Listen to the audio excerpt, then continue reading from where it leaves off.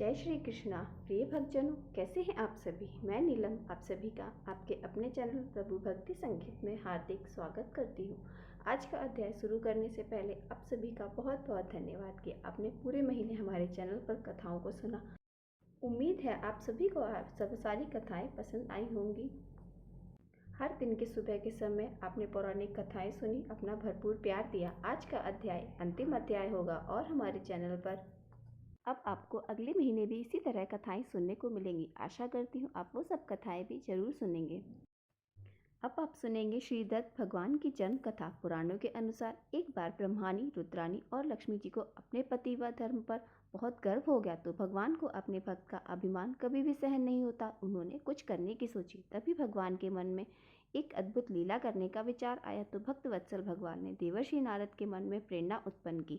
नारद जी घूमते घूमते देवलोक पहुंचे और तीनों देवियों के पास बारी बारी जाकर कहा कि अत्रि पत्नी अनसुईया के समक्ष आपका सतीत्व तो बिल्कुल भी शून्य है। यह सुनकर तीनों देवियों को बिल्कुल अच्छा नहीं लगा। उन सभी ने अपने पतियों को, ब्रह्मा, विष्णु, महेश, इन सबको देवर्षि नारद की कही बात बताई और साथ में यह भी कहा कि देवर्षि नारद कह रहे थे कि आप अनसुईया के पति व धर्म की परीक्षा ले सकते हैं। तो सभी देवताओं ने अपनी अपनी पत्नियों को खूब समझाया, परंतु देवियों के हट के आगे उनकी एक नहीं चली। तो हारकर तीनों ने साधु का वेश बनाया। वे तीनों अत्रि मुनि के आश्रम में जा पहुंचे। महर्षि अत्रि उस समय आश्रम में नहीं थे। अतिथियों को आया देखकर देवी अनसुईया ने उन्हें प्रणाम करके अरज, कंदमूला आदि अर्पित किए, किंतु वो बोले कि हम लोग तब तक आतिथ्य स्वीकार नहीं करेंगे जब तक आप हमें अपनी गोदी में बिठाकर भोजन नहीं कराती। तो इस तरह की बात सुनकर देवी अनसुईया तो हैरान हो गई, किंतु आतिथ्य धर्म का महिमा का लोप न जाए इस दृष्टि से उन्होंने नारायण का ध्यान किया, अपने पति देव का स्मरण किया और इसे भगवान की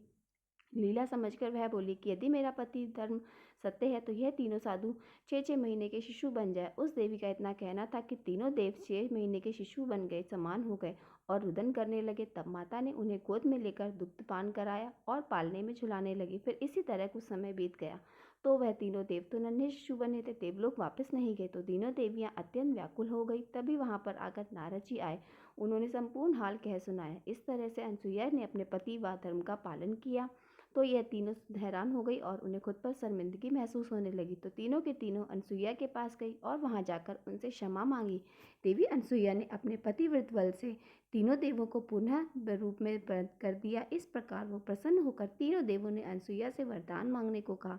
तो देवी कहने लगी कि आप तीनों देव मुझे पुत्र रूप में प्राप्त हो। तो यह सुनते ही तीनों देवों ने तथास्तु कहा और अपनी देवियों को लेकर अपने अपने लोक चले गए। कालांतर में यही तीनों देव अनसुईया के गर्भ से प्रकट हुए थे। ब्रह्मा के अंश से चंद्रमा, शंकर के अंश से दुर्वासा, विष्णु के अंश से दत्तात्रेय श्री विष्णु भगवान के अवतार हैं और इन्हीं के आविर्भाव की तिथि दत्तात्रेय जयंती के नाम से प्रसिद्ध है। तीनों ईश्वर शक्ति से समाहित भगवान दत्तात्रेय सर्वव्यापी हैं। उनकी उपासना करने से मनुष्य को बुद्धि, ज्ञान और बल की प्राप्ति होती है। शत्रु बाधा दूर करने में उनके मंत्र हैं वह बड़े ही कारगर सिद्ध होते हैं। दत्तात्रेय भगवान अपने भक्तों पर आने वाले हर संकट को तुरंत ही दूर करते हैं। अतः गुरुवार पूर्णिमा और दत्तात्रेय जयंती के दिन इन मंत्रों का 108 बार जप करने से मनुष्य के सारे कष्ट दूर हो जाते हैं। भगवान दत्तात्रेय की चमत्कारी मंत्र इस प्रकार है।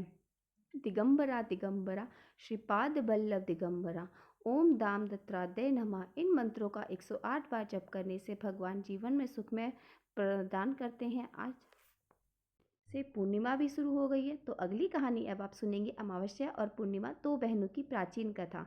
किसी नगर में एक साहूकार रहता था। उसकी दो बेटियां थीं। किसी धर्म में काफ़ी रुचि थी और वो धर्म को बहुत करती थी। अपनी इस रुचि के चलते वे दोनों पूरी श्रद्धा से पूर्णिमा का व्रत करती थी। पर उन दोनों की आराधना में केवल इतना अंतर था कि बड़ी बहन अपना व्रत संपूर्ण करती थी और पूरी श्रद्धा और निष्ठा से व्रत रखती थी और छोटी बहन व्रत को हमेशा अधूरा छोड़ देती थी।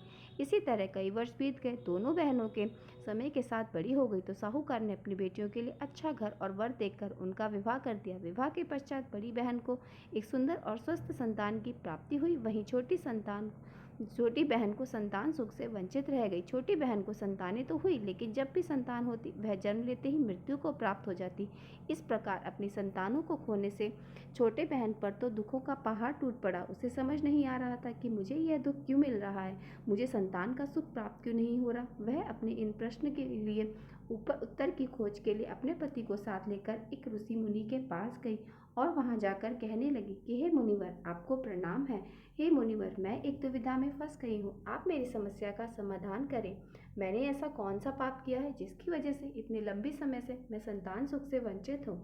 संतान नहीं होती, और होती भी है तो मृत्यु को प्राप्त हो जाती है। एक माँ के लिए इससे बड़ी दुख की बात और क्या हो सकती है। तो उनकी सारी बात सुनकर मुनि ने ध्यान लगाकर कहा कि हे पुत्री, तुमने पूर्णिमा का व्रत तो किया, लेकिन कभी उसे विधि विधान से पूरा नहीं किया। कभी तुमने व्रत रखा तो बीच में छोड़ दिया, और मन आया तो पूजा करी और नहीं तो नहीं करी। पूजा नहीं करने से व्रत को बीच में छोड़ने के कारण तुम्हें यह दुख भोगने पड़ रहे हैं। तो यह सुनकर छोटी बहन को अपनी गलती का एहसास हो गया और वह कहने लगी, हे मुनिवर, मुझसे जाने अनजाने बहुत बड़ा पाप हो गया। मुनिवर, आप कृपा करके मुझे इस भूल को सुधारने का कोई उपाय बताएं। मैं सदा आपकी आभारी रहूंगी। तो ऋषि मुनि को उन पर दया आ गई और उसने छोटी बहन को विधि पूर्वक सारी पूर्णिमा का व्रत करने की सलाह दी और कहा कि बेटा, तुम पूर्णिमा का व्रत विधि विधान से पूरा करोगी तो तुम्हें संतान सुख की प्राप्ति होगी। केवल पूर्णिमा का व्रत ही है जिसके पुण्य के फल से तुम्हें अपने कष्टों से मुक्ति मिल सकती है। यह सुनकर पति पत्नी दोनों ने मुनिवर को धन्यवाद किया और घर आ गए। घर आने के बाद पूर्णिमा तिथि आई तो उसने विधि पूर्वक पूर्णिमा का व्रत किया, लेकिन इसी समय वह गर्भवती हो गई तो उसे पुत्र रत्न की प्राप्ति हुई। लेकिन भाग्य इसका खेल देखो, वह संतान भी ज्यादा दिनों तक जीवित नहीं रह पाई। तो यह देखकर बहुत दुखी हुई। फिर वह सोचने लगी कि मेरी बड़ी बहन तो बड़ी ही श्रद्धा के साथ पूर्णिमा का व्रत करती है, शायद बड़ी बहन के पुण्य फल से मेरा पुत्र जीवित हो जाए। तो ऐसा सोचकर उसने पुत्र को एक पेड़ पर सुला दिया और चादर से ढक दिया। अपनी बड़ी बहन को बुलावा भेजा कि तुम्हारी छोटी बहन ने बुलाया, और उसकी बड़ी बहन आई तो वह कहने लगी, दीदी आप आओ, मैं आपका ही इंतजार कर रही थी। तो उसकी बड़ी बहन कहने लगी, छोटी बात क्या है, तुमने मुझे क्यों याद किया। तो कहने लगी, दीदी पहले आप इस पीढ़े पर बैठ जाओ, बाद में आपको सब बताऊंगी। तो जैसे ही बड़ी बहन पीढ़े पर बैठने लगी, उसका पल्लू उस नन्हे शिशु से लग गया और वह जीवित हो गया और रोने लगा। तो बच्चे के रोने की आवाज़ सुनकर बड़ी बहन बड़े पीढ़े से उठे बैठे बिना ही खड़ी हो गई और शिशु को रोता हुआ देखकर उसे गोद में उठाया और क्रोधित होती हुई अपनी छोटी बहन से कहने लगी कि तुम छोटी, मुझे इसे कैसा पाप करवाने जा रही थी। अगर इस बच्चे को कुछ हो जाता तो इसे मरवाने के लिए तुमने मुझे यहाँ पर बुलाया था, मेरा यह कलंक कैसे मिटता। तो अपनी बहन का गुस्सा देखते हुए छोटी बहन हंसने लगी और कहती है, दीदी यह तो पहले से ही मृत था, यह तो आपके भाग्य से जीवित हो गया। मैंने तो इसलिए आपको बुलाया था।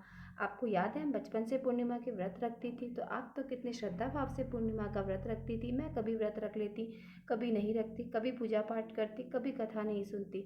तो मैंने कभी भी पूरी आस्था से पूर्णिमा का व्रत नहीं रखा। बस यह उसी का फल है कि मुझे आज तक संतान सुख प्राप्त नहीं हुआ, और आज आपके पुण्य फलों के कारण मेरा मृत पुत्र फिर से जीवित हो गया। दीदी मैं तो धन्य हूँ। अब आप मुझे बताओ कि व्रत कैसे करना है। अब जैसे आप बताओ कि मैं भी पूरे विधि विधान से व्रत किया करूँगी।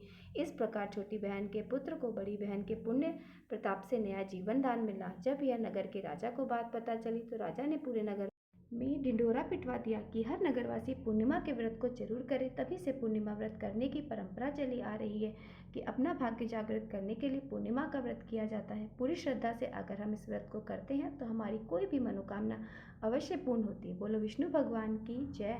अब हम सुनते हैं मार्गशीर्ष का आखिरी अध्याय।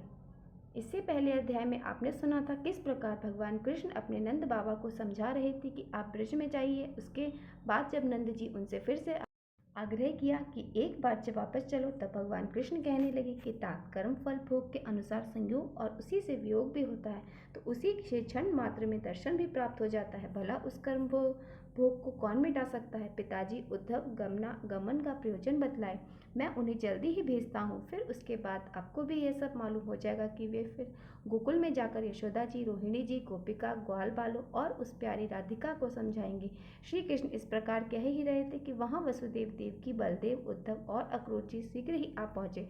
वसुदेव जी कहने लगे, नंद जी आप तो बलवान ज्ञानी, मेरे सद बंधु और सखा हो, इसलिए मोह को त्याग दो और घर को प्रस्थान करो। यह श्री कृष्ण जैसे मेरा बालक है उसी तरह आपका भी है। मित्र मथुरा नगरी में गोकुल से ज्यादा दूर नहीं है, वह तो उसके दरवाजे के समान है। इसलिए नंद जी सदा आनंद महोत्सव के अवसर पर तुम्हें यह पुत्र देखने को अवश्य मिला करेगा। देवकी जी ने भी कहा, नंद जी यह श्री कृष्ण जैसे हम दोनों का पुत्र है उसी तरह आपका भी है, यह बात निश्चित है। फिर किस बात के लिए आपका शरीर शोक से मुरझाया हुआ दिख रहा है। श्री कृष्ण तो बलदेव के साथ अपने महल में पूरे 11 वर्षों तक सुखपूर्वक रह चुके हैं। अब आप थोड़े दिन के वियोग से ही शोकग्रस्त कैसे हो जाएंगे? अगर ऐसी बात है तो कुछ दिनों तक मथुरा में ही इस पुत्र के साथ आप भी रहिए और उसके पूर्णिमा के चंद्रमा के समान कांतिमान मुख को देखते रहिए और अपना जन्म सार्थक समझिए। तब श्री कृष्ण भगवान बोले, उद्धव तुम सब सुख पूर्वक गोकुल में जाओ, भद्र तुम कल्याण होगा। तुम हर्षपूर्वक गोकुल में जाकर मेरे द्वारा किए गए शोक का विनाश करने वाले आध्यात्मिक ज्ञान से मैया यशोदा, रोहिणी जी, ग्वाल बाल, शंभु, रोहिणी, राधिका और सभी गोपिका को सांत्वना देते कि श्री नारायण कहते हैं, हे नारद जी, श्री कृष्ण की प्रेरणा से फिर उद्धव हर्षपूर्वक गणेश्वर को प्रणाम करके नारायण, शंभु, दुर्गा, लक्ष्मी और सरस्वती जी का स्मरण करते हुए गंगा और उस दिशा के स्वामी महेश्वर का ध्यान करके मंगल सूचक शकुन को देखने लगे। आगे बढ़े। उन्हें मार्ग में दुदुम्बी और घंटे के समान शंख ध्वनि, हरि नाम संकीर्तन और मंगल ध्वनि सुनाई पड़ी। इसी प्रकार श्री मार्ग में पति पुत्रवती साध्वी नारी प्रज्वलित दीप माला दर्पण जल से भरे हुए घाट, दही लावा, फल, दुर्वाकार, सफेद धान, चांदी, सोना, मधु, ब्राह्मणों के समूह, कृष्ण सार, मृग, सांड, घी, गजराज, नरेश्वर, श्वेत रंग के घोड़े, पताका, नेवला, नीलकंठ, श्वेत पुष्प और चंदन आदि कल्याण में वहां उन्हें सामने ही भांडेरवट नामक वृक्ष दिखाई पड़ा, जिसका रंग लाल था और जो अविनाशी, कोमल, पुण्यदाता और अभिष्ट तीर्थ था। उसके बाद लाल रंग के गहनों से सजे हुए सुंदर वे धारी बालकों को भी देखा और वे अभी तक बालकृष्ण का नाम लेकर दुखी हो रहे थे, शोकग्रस्त हो रहे थे। उन्हें आश्वासन देकर उद्धव जी ने आनंद पूर्वक नगर में प्रवेश करके कुछ आगे चले गए। तब उन्हें वहां आनंद भवन दिखाई दिया, जिसे विश्वकर्मा जी ने बनाया था। उनका निर्माण मणियों और रत्नों से हुआ था। नाना प्रकार की चित्रकारी दरवाजे की शोभा बढ़ा रही थी, जिसे देखकर उद्धव जी हर्षपूर्वक उसके भीतर प्रवेश कर गए। उसके आंगन में पहुंचकर तुरंत ही रथ से उतरकर धरती पर खड़े हो गए। उन्हें यशोदा जी और रोहिणी जी ने तुरंत ही उनका सकुशल समाचार पूछा और आनंद मगन होकर उन्हें आसन, जल, गौ और मधु पूर्वक आदि अर्पित किया। फिर वे पूछने लगे, उद्धव जी, नंद जी कहाँ है और बलराम जी, कृष्ण कहाँ है? सारा वृतांत ठीक ठीक बताओ। तब उद्धव जी ने कहा, उनसे कहना आरंभ किया, हे यशोदे, सुनो, वे सब सकुशल हैं और नंद जी भी आनंद पूर्वक है। वे भी कृष्ण और बलराम जी के साथ कुछ देर से आएंगे, क्योंकि वहां श्री कृष्ण के उपनयन संस्कार तक ठहर में विधि पूर्वक करेंगे। आप सब लोगों का कुशल समाचार जानकर मथुरा वापस लौट जाऊंगा। इस मंगल समाचार को सुनकर यशोदा जी, रोहिणी जी आनंद विभोर हो गई। उन्होंने ब्राह्मण को बुलाकर रत्न, स्वर्ण और उत्तम वस्त्र प्रदान किए और तरह तरह की सामग्रियों का दान दिया। उसके बाद उद्धव जी यशोदा, रोहिणी, ग्वाल बालों, वृद्धों और सभी गोपियों को भली भांति आश्वासन देकर रासमंडल के लिए गए। वहां उन्होंने रमणी रासमंडल को देखा, जो चंद्रमंडल के समान गोलाकार और सैकड़ों केलों के खंभों से सुशोभित था। उस समय रासमंडल की शोभा असंख्य गोपी और श्री कृष्ण ही आ गए। इस अनुमान से असंख्य गोपों को प्रतीक्षा करते हुए वहां पर देखा कि यमुना जी की प्रदक्षिणा अर्थात परिक्रमा करके उद्धव जी ने चंदन, चंपक, युथिका, केतकी, माधवी, मौलश्री, अशोक, कर्णिका आदि वनों की परिक्रमा की। फिर आनंद पूर्वक मन से नागेश्वर, लवंग, शाल, ताल, पनस, रसाल, मंदार आदि वनों को देखते हुए रमणी कुंजवन के दर्शन करके अत्यंत मधुर रमणी मधुका में प्रवेश किया, क्योंकि अभी तक राधा जी से उनकी भेंट नहीं हुई थी। फिर इस प्रकार भ्रमण करते हुए वहां की दिव्य विलक्षण शोभा को देखने के बाद वे अंतिम द्वार पर पहुंच गए। सखियों ने उनका स्वागत करके उन्हें राधा के पास पहुंचा दिया। उद्धव ने आश्चर्यचकित कर देने वाली राधिका जी को देखा। वे चंद्रकला के समान सुंदर थी। उनके नेत्र पूर्णतः खिले हुए कमल के समान थे और उन्होंने आभूषणों का त्याग कर रखा था। केवल कानों में सोने के रंग बिरंगे कुंडल झिलमिला रहे थे। अत्यंत क्लेश के कारण उनका मुख लाल हो गया था। वे शोक से मूर्छित होकर धरती पर गिर पड़ी और रो रही थी। वे एकदम शांत दिख रही थी। उन्होंने भोजन का भी त्याग कर रखा था। उनके होंठ और गला सूख सा गया था। केवल कुछ सांस ही चल रही थी। उन्हें इस अवस्था में देखकर भक्त उद्धव के सर्वांग में रोमांच हुआ और वे भक्ति पूर्वक सिर झुकाकर उन्हें प्रणाम करते हुए बोले, श्री राधा के उन चरण कमलों की वंदना करता हूँ जो ब्रह्मा देवी राधिका जी को बारंबार नमस्कार है। सत्संग पर निवास करने वाली चंद्रवका है ही नमस्कार है। तुलसीवन और वृंदावन में बसने वाली को नमस्कार है। रास मंडल वासिनी राजेश्वरी को नमस्कार है। विरजा के तट पर वास करने वाली वृंदा को नमस्कार है। जो सबकी माता और सर्वशक्ति स्वरूपा है, उन्हें नमस्कार है। अग्नि में दाहित के रूप में विद्यमान रहने वाली देवी को पुनः पुनः नमस्कार। जो पूर्णिमा के चंद्रमा में और शरतकालीन कमल में शोभा रूप से वर्तमान रहती है, उन शोभा को नमस्कार। देवी जैसे दूध और उसकी धवल होता होता में गंध और भूमि में जल और शीतलता में शब्द और आकाश में तथा सूर्य और प्रकाश में कोई भेद नहीं है, वैसे ही लोक वेद और पुराण में भी श्री राधा और माधव में भेद नहीं है। हे कल्याणी, इसलिए अब चेत करो, होश में आओ सती, मुझे उत्तर दो। ऐसा उद्धव कहकर वहां उनके चरणों में बार बार प्रणाम करने लगे। जो मनुष्य भक्ति पूर्वक इस उद्धव कृत स्तोत्र का पाठ करता है वह इस लोक में सुख भोग कर अंत में वैकुंठ को जाता है। उसे बंधु वियोग और अत्यंत भयंकर रोग और शोक कभी नहीं होता। जिस स्त्री का पति परदेश गया होता है वह अपने पति से मिल जाती है और भार्या वियोगी अपनी पत्नी को पा लेती है। पुत्रहीन को पुत्र मिल जाते हैं, निर्धन को धन प्राप्त होता है, भूमिहीन को भूमि मिल जाती है, प्रजाहीन प्रजा को पा लेता है, रोगी रोग मुक्त हो जाता है, बंधा हुआ बंधन से छूट जाता है, भयभीत मनुष्य भय से मुक्त हो जाता है, आपत्तिग्रस्त आपत्ता से मुक्ति पा लेता है और अस्पष्ट कीर्ति वाला उत्तम यशस्वी तथा मूर्ख पंडित हो जाता है। श्री नारायण कहते हैं, नारद उद्धव जी द्वारा किए गए इस स्तवन को सुनकर राधिका जी को चेतना वापस लौट आई। तब वे विषादग्रस्त दुखग्रस्त होकर उद्धव जी को श्री कृष्ण के समान आकार वाला देखकर बोली कि वत्स, तुम्हारा क्या नाम है? किसने तुम्हें भेजा है? तुम कहाँ से आए हो और तुम्हारा यहाँ आने का क्या कारण है? यह सब मुझे बताओ। तुम्हारा सर्वांग श्री कृष्ण की आकृति से मिलता जुलता है, इसलिए मैं समझती हूँ कि तुम श्री कृष्ण के पार्षद हो। अब तुम बलदेव और श्री कृष्ण का कुशल समाचार भी मुझे बताओ। साथ ही यह भी बताओ कि नंद जी वहाँ किस कारण से रुके हुए हैं। क्या श्री कृष्ण इस रमणी वृंदावन में फिर आएंगे और क्या मैं उनके परिणाम के चंद्रमा के समान मुख का फिर से दर्शन कर पाऊंगी?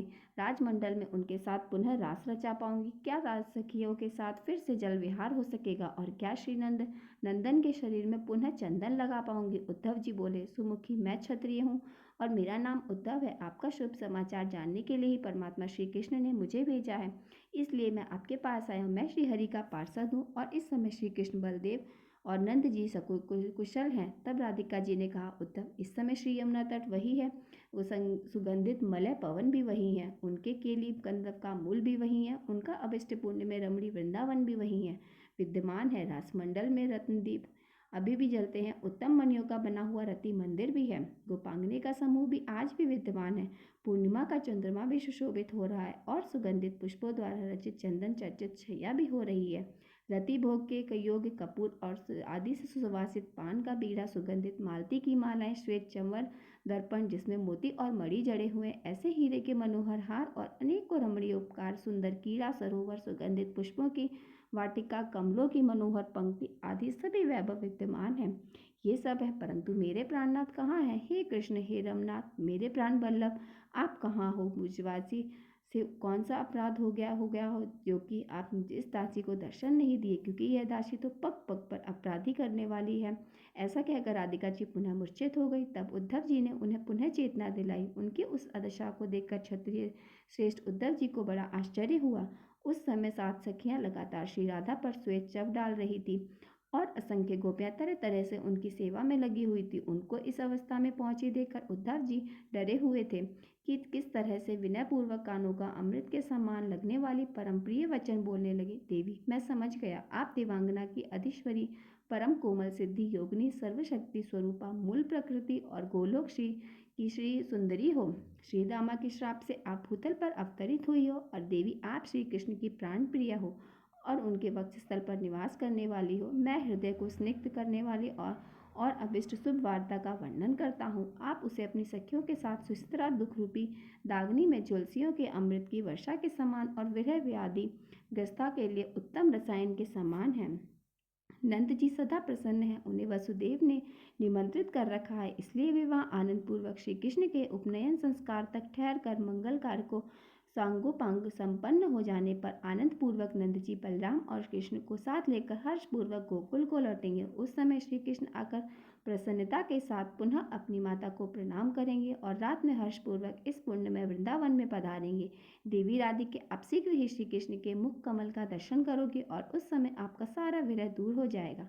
इसलिए माते, आप अपने मन को स्थिर करो और इस अत्यंत दारुण दुख को त्याग दो। फिर प्रसन्नता पूर्वक अग्नि में तपाक शुद्ध किए हुए रमणीय वस्त्र पहनकर अमूल्य रत्नों के बने हुए आभूषणों को धारण कर लो। मुने ऐसा कहकर तथा ब्रह्म देवी वस्त्र, आभूषण, रत्न, हार, भोजन, जल, तांबुल आदि आशीर्वाद देकर अब श्री राधिका ने उन्हें आसन पर विराजमान करके उनकी पूजा की और फिर बोली, उद्धव, कपट रहित होकर सच सच बता, क्या सचमुच श्री कृष्ण आएंगे? आप भय छोड़कर ठीक ठीक कहना और इस उत्तम सभा में केवल सत्य ही बोलना।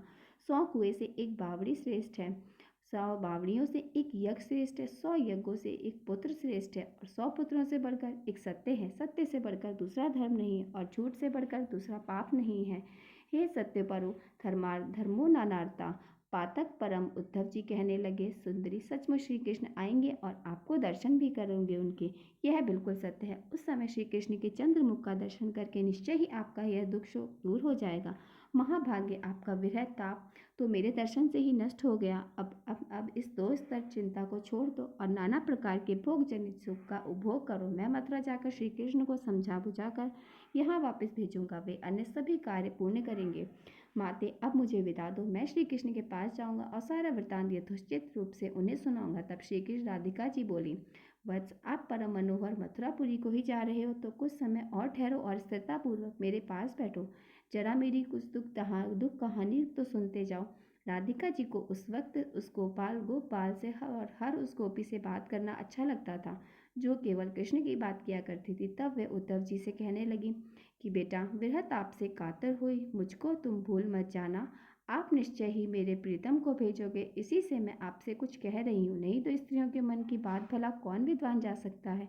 विद्वान तो शास्त्र अनुसार कुछ अलग ही निरूपण कर सकता है। जब वेद उनका वर्णन करने में समर्थ नहीं है तब शास्त्र बेचारे क्या कर सकते हैं।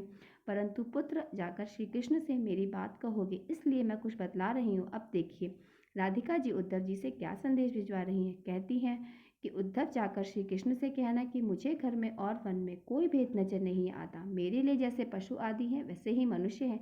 क्या जल क्या स्थल, मैं यह भी नहीं समझ पाती। आपसे दूर होने के बाद तो मुझे दिन रात का भी ज्ञान नहीं रहता। मैं अपने आप को सूर्य और चंद्रमा के उदय को ही जान पाती हूँ। इस समय श्री कृष्ण का समाचार पाकर क्षण भर के लिए ही सही मुझे चेतना आ गई। अब मैं श्री कृष्ण के स्वरूप का तो दर्शन करूंगी और उनकी मुरली की ध्वनि सुन रही हूँ और कुल लज्जा और भय का त्याग करके श्री कृष्ण के चरणों का ध्यान कर रही हूँ, जो समस्त लोगों के ईश्वर और प्रकृति से परे हैं। उन श्री कृष्ण को पाकर माया के वशीभूत होने के कारण उनको गोपति समझकर मैं यथार्थ रूप से जान नहीं सकी। वेद और ब्रह्मा आदि देवता जिनके चरण कमलों का ध्यान करते रहते हैं, उन्हीं की मैंने क्रोध में भरकर भरस कर दी कि यह मेरा वर्ताप मेरे हृदय में कांटे की तरह चुभ रहा है। उद्धव जी, उनके चरण कमलों की सेवाओं में, गुण कीर्तन में, उनकी भक्ति में, ध्यान अथवा पूजा में जो क्षण बीतता है उसी में सारा मंगल, आनंद और जीवन स्थित है। उनसे दूर हो जाने पर सदा हृदय में दुख और विघ्न रहता है। अब मेरी पुनः उस प्रकार की अभिष्ट क्रीड़ा कभी नहीं होगी, ना वैसा प्रेम सौभाग्य होगा और न कभी निर्जन स्थान में समागम भी होगा। उद्धव, जब मैं उनके साथ वृंदावन नहीं जाऊंगी, नंद नंदन के वक्षस्थल पर चंदन नहीं लगाऊंगी, ना उन्हें माला पहनाऊंगी और ना उनके मुख कमल की ओर देखूंगी, ना मालती केतकी और चंपक के कानों में सुंदर रास मंडल में ही जाऊंगी। उद्धव जी को बताते हुए राधिका जी फिर से श्री कृष्ण को याद करके शोकग्रस्त हो गई और वह कहती हैं, उद्धव जी, बसंत ऋतु में खिली हुई वह सुंदरी माधवी लता कहाँ है, वह वसंत की रात कहाँ चली गई, वसंत तू कहाँ चला गया, और हाय मेरे माधव, श्री कृष्ण कहाँ चले गए। ऐसा कहकर राधा जी श्री कृष्ण के चरण कमलों का ध्यान करने लगी। उनके शरीर में रोमांच हो आया और वे रोती हुई फिर से मूर्छित हो गई। श्री नारायण भगवान कहते हैं, मुने राधिका जी को मूर्छित देखकर उद्धव को महान विस्मय और भय हुआ। वे राधिका जी की सच्ची भक्ति और अपने आप को कहने मात्र का भक्त जानकर तथा भाग्यवती राधिका जी की ओर देखकर सारे जगत को तुच्छ समझने लगे। फिर उन्होंने अपने सामने मृतक के सामान पड़ी हुई राधिका जी को होश दिलाते हुए कहा, कल्याणी, होश में आओ। हे जगन माता, आपको नमस्कार है। अब तुम्हें श्री कृष्ण के दर्शन अवश्य प्राप्त होंगे। आपके दर्शन से विश्व पवित्र हो गया और आपके चरण रस से पृथ्वी पावन हो गई। आपका मुख परम पवित्र है और के स्पर्श से गोपिकाएं पुण्यवती। उद्धव जी ने राधिका जी को और उनके साथ खड़ी हुई गोपिकाओं को बार बार समझाया, क्योंकि न केवल राधिका जी बल्कि गोपिकाएं भी कृष्ण के विरह से बहुत दुखी थी। तब उद्धव जी बोले कि राधिका जी, हे कल्याणी, कुछ तो चेत करो। हे जगन माता, मेरी ओर ध्यान दो। मैं कृष्ण भक्त को किंकर का भी किंकर हूँ, उद्धव हूँ। माँ, मुझ पर कृपा करो। मैं फिर से मथुरा जाऊंगा, क्योंकि मैं स्वतंत्र नहीं हूँ बल्कि कठपुतली की तरह पराधीन हूँ, और जैसा बैल सदा हलवाई के वश में रहता है उसी तरह मैं श्री कृष्ण के अधीन हूँ। श्री नारायण कहते हैं, नारद, उद्धव के वचन सुनकर राधिका जी को चेतना फिर से लौट आई। तब राधिका जी कहने लगी, वत्स, तुम मथुरा जाओ, परंतु तुरंत वहाँ सुख में पड़कर मुझे मत भूल जाना, और अगर भूल जाओगे तो इस भवसागर में तुम्हारे लिए इससे बढ़कर दूसरा धर्म नहीं है। इस समय तुम जाकर श्री कृष्ण से मेरी बात कह सुनाओ और शीघ्र ही मेरे स्वामी को यहाँ ले आओ। भला जगत की युवतियों में किसको ऐसा दुख है? श्री कृष्ण से अलग होने के दुख को मेरे अलावा और कौन जानती है। सीता जी को भी वियोग दुख कुछ ज्ञात है। त्रिलोकी मैं नारियों में मुझसे बढ़कर दुखियों में कोई नहीं है। बेटा उद्धव, किस युवती को मेरे समान दुख है? भला कौन नारी मेरी मानसिकता को समझ सकता है? मेरी नारी मानसिक को सुनकर विश्वास करेगी। स्त्रियों में राधा के समान दुखिया, विरह संतप्त और सुख दुर्भाग्य से ही नारी ना हुई और ना आगे होगी। ऐसा राधिका जी उद्धव जी को देखकर फूट फूट कर रोने लगी। राधिका जी इस दशा को देखकर स्वयं उद्धव जी भी फूट फूट कर रोने लगे। इस प्रकार राधिका जी और उद्धव जी के बीच में जो भी संवाद हुआ, उस संवाद के बाद उद्धव जी राधिका जी को प्रणाम करके, यशोदा जी को प्रणाम करके उतावली के साथ हर्षपूर्वक खजूर कानन को बाय करके यमुना तट पर गए। फिर वहीं पर स्नान करके वे फिर से मथुरापुरी को चल पड़े। वहां पहुंचकर एकांत में वट की छाया में बैठे हुए गोविंद को उन्होंने देखा। उस समय उद्धव शोक से दग्ध होने के कारण दुखी होकर रो रहे थे। उनके नेत्रों से आंसू झर रहे थे, क्योंकि कुछ क्षण पहले वो जिस दृश्य को देखकर आए थे, राधिका जी की बातों को सुनकर आए थे, उसके बाद उनका मन शोकग्रस्त हो रहा था। उद्धव जी को आया देखकर श्री कृष्ण का मन बड़ा प्रफुल्लित हो आया। तब वे उद्धव जी से मुस्कुराकर बोले कि उद्धव, आओ, कल्याण तो है ना? राधिका जी जीवित तो है ना? विरह तप से संतप्त हुई कल्याणम गोपिकाओं का जीवन कैसा चल रहा है? ग्वाल बालों और गोवत्स का मंगल तो है ना? पुत्र विरह से दुखी मेरी मैया यशोदा का क्या हाल है? बंधु, यह ठीक ठीक बतलाओ कि तुम्हें देखकर मेरी माता ने क्या कहा, तुमने उसे क्या उत्तर दिया और उसने मेरे लिए क्या कहा? जिस प्रकार श्री राधिका जी यशोदा जी श्री कृष्ण से मिलने के लिए, उनके दर्शन पाने के लिए बहुत बेचैन थी, उसी प्रकार श्री कृष्ण भी वृंदावन का सारा हाल और सभी गोपियों और राधिका जी यशोदा का हाल जानने के लिए बड़े व्याकुल थे। फिर उद्धव जी ने आंखों देखा सारा हाल कह सुनाया। उन्होंने उस संदेश को जो राधिका जी ने उन्हें कहा था वह भी कह सुनाया। यशोदा जी के सारे मन के हाल को श्री कृष्ण के सामने उन्होंने ज्यों का त्यों वर्णन कर दिया, जिसे सुनकर श्री कृष्ण कभी मुस्कुराते तो कभी दुख से ग्रस्त हो जाते। भगवान तो अवतरित होते ही हैं अपने भक्तों के कष्ट दूर करने के लिए, उनका कल्याण करने के लिए, और जिस उद्देश्य के लिए भगवान श्री कृष्ण का जन्म हुआ था, अब वे उस उद्देश्य को पूरा करना चाहते थे। वे अपने कर्तव्य को पूरा करना चाहते थे। इसी कारण उन्होंने मथुरा में कुछ समय लग रहा था। उनका वहां पर उपनयन संस्कार हुआ। उसके बाद उन्होंने वहां पर विद्या प्राप्त की। अपने सारे उद्देश्यों को पूरा करने के बाद भगवान श्री कृष्ण वापस आए। श्री नारायण कहते हैं, नारद, इस प्रकार श्री कृष्ण यादवों, देवी, मुनियों और अन्य व्यक्तियों, देवियों के साथ श्री गणेश के पूजन कार्य का संपन्न किया और फिर वे एक अंश से रुक्मणी आदि देवियों के साथ, जिनसे उनका विवाह हुआ था, रमणी द्वारकापुरी को चले गए, किंतु स्वयं साक्षात रूप से असिद्ध आश्रम में ही ठहर गए, जहाँ वे गोलोकवासी गोप संखाव नंद जी और मैया यशोदा और गोपी के साथ प्रेम पूर्वक वार्तालाप करके पुनः माता पिता, गोकुलवासी गोपों और बंधु वर्गों से नीति युक्त यथोचित वजन में जा बोले, पिताजी, अब आप अपने व्रज को लौट जाओ। माते, आप भी उत्तम गोकुल को जाओ और वहाँ अपनी आयु के शेष काल पर्यंत भोगों का उपभोग करो। ऐसा कहकर भगवान कृष्ण माता पिता की आज्ञा लेकर राधिका जी के स्थान को चले गए और नंद जी गोकुल को प्रस्थान कर गए। वहां पहुंचकर श्री कृष्ण ने मुस्कुराती हुई सुंदर राधिका को देखा। उनकी आयु स्थिर थी और उस समय उनकी अवस्था 12 वर्ष की थी। मोतियों का हार उनकी शोभा बढ़ा रहा था और उस समय मुस्कुराती हुई असंख्य गोपियां हाथों में बेत लेकर उन्हें घेरे हुई थी। उधर प्राण बल्लवा राधा जी ने तो दूर से ही श्री कृष्ण को आते देख लिया था। उनका परम सौंदर्य शास्त्र मुस्कुरा रहे थे और इस प्रकार राधिका जी श्री कृष्ण का पुनः मिलन हुआ। श्री कृष्ण को देखते ही राधिका जी का सारा दुख शोक दूर हो गया और उस समय श्री कृष्ण ने अपने उसी रूप के दर्शन राधिका जी को और समस्त गोपवासियों को कराए, जिस अवस्था में उन्हें ब्रज में छोड़कर मथुरापुरी गए थे। श्री कृष्ण से जी भर के बात करने के बाद राधिका जी ने कहा, महाभाग्य, मैं वृंदावन में स्थित रास मंडल को चली, जहाँ मैं आपके साथ जल में और स्थल में क्रीड़ा करूंगी। फिर से मलय पर्वत और सुंदर मणि मंदिर को चलूंगी। इसके अलावा जो दूसरे रहस्यमय स्थान हैं, जिन्हें मैंने जन्म से लेकर आज तक केवल सुना भी नहीं, उन स्थानों पर आपके साथ में चलना चाहती हूँ। ऐसी मेरी उत्कृष्ट इच्छा है। इस वार्तालाप को करते हुए वह मंगल रात्रि बीत गई। सुबह की बेला आ पहुंची। यद्यपि सती राधा ने माधव को छोड़ना ही नहीं चाहा, फिर भी श्री कृष्ण ने प्रेम पूर्वक भरे वचनों से राधा जी को समझाया। फिर शरतकालीन कमल से विशाल नेत्रों वाले श्री कृष्ण प्रातः कृत समाप्त करके राधिका जी और गोपियों के साथ एक ऐसे रथ पर सवार हो गए जो गोलोक से आया था। वह मनोहर तथा मन के समान वेगशाली रथ 1 योजन लंबा चौड़ा था। उसमें सहस्त्र पग लगे हुए थे। बहुमूल्य मणियों के बने हुए 300 करोड़ चमकीले ग्रहों से वह सुशोभित था। 3 करोड़ मणि स्तंभों और रत्नों की झालरों से उसकी विशेष शोभा हो रही थी। नाना प्रकार की विचित्र चित्र काया, श्वेत चम और दर्पण आदि से सुशोभित था।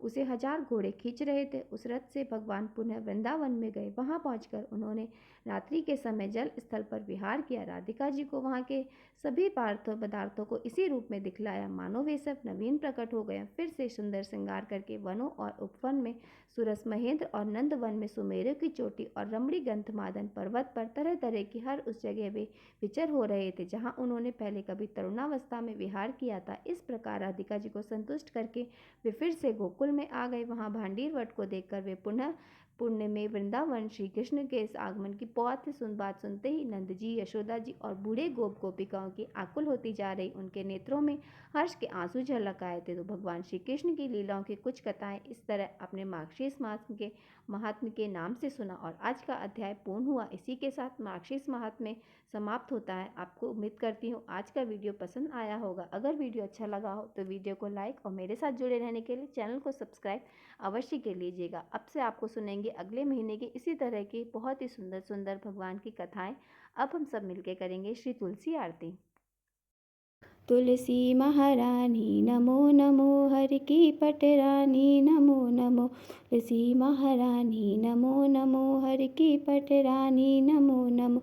धन तुलसी पूरन तप कीनो, शालिग्राम बनी पटरानी। जाके पत्र मंजरी कोमल, श्रीपति कमल चरण लपटानी। तुलसी महारानी नमो नमो, हर की पटरानी नमो नमो।